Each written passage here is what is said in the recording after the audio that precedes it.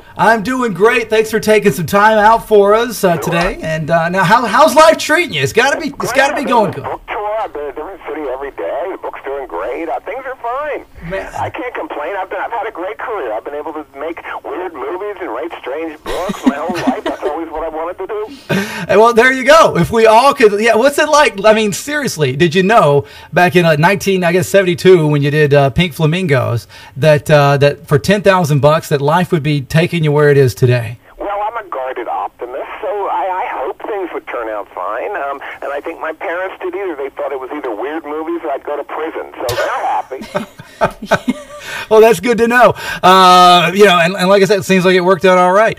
Growing up, I mean, let's go back to 72 because Pink Flamingos, that's the word cult classic. Do you like that word being associated? I would rather be a cult leader today, but cult classic is fine. Yeah, and certainly that movie still plays. I mean, the weird thing about my career is I get older and my audience gets younger, which is great because that's the one crossover that's beyond money, beyond anything. Right. Now, what are the I guess I would say the kids, but the younger fans when they see you and they ask you about Pink Flamingos, what does the fans say of the 2000s ask you versus the fans of the mid 70s when the movie came out? In the mid 70s, the parents would find like the video of the film and then they call the police.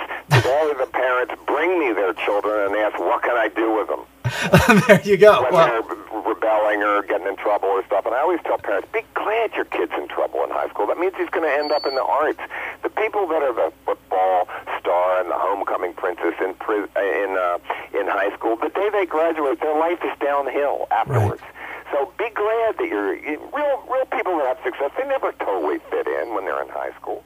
Well, that's the way to look at it because you see that a lot. You see, I guess you can't the kids who are outcast, or seem to be outcast. Outcasts always end up in the arts and show business. That's why show business is filled with insecure people that want the public to tell them they're good for the rest of their life. Yeah, exactly. Yeah, John Waters, the legendary John Waters, the new book Role Models is it's out now, right? They can go grab it. Oh yeah, my God, yeah.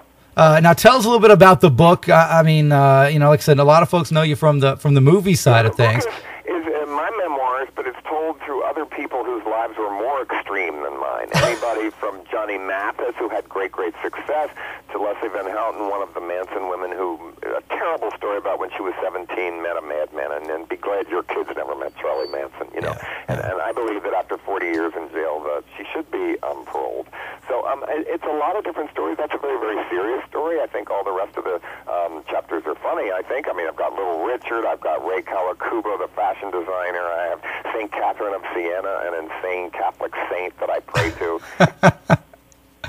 I often wonder what is going on in your head, My mother says that, yeah. One of my favorites is, I love the Little Richard chapter because it just starts off so loud, just as Little Richard would start a chapter off. Well, Little Richard is certainly, I remember when I first saw him when I was 8 years old, and I thought, this is insane. I didn't know what it was, and they said flamboyant, they had all those code words then, but Little Richard scared white people, and that's why I really loved him as a kid. That's a great quote of the day right there. Little Richard scared white people. I need to get that's a bumper sticker right there waiting to happen. Yeah, and it should have, and that's what rock and roll scared everybody.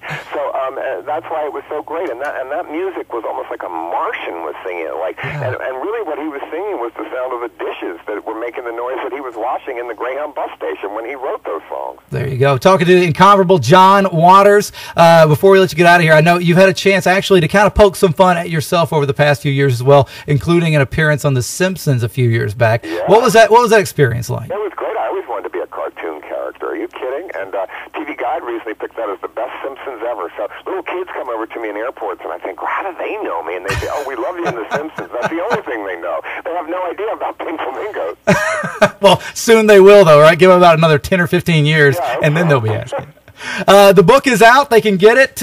What's the best way? Just to go to the Amazon world, right? You can get anyway. Amazon's fine anywhere. If you have a local bookstore, especially an independent one, go there. Barnes & Noble's great. They're all great. I mean, these days with books, wherever you like to get them, I'm happy. It's even out on an audio book, too. Well, there you go. Hey, well, John, it is an honor to have you on the show. We appreciate you taking just a few minutes out for us here in Kentucky, and we wish you continued best of luck, but you don't need it. I mean, everything you touch turns to gold. Needs it. Are you kidding?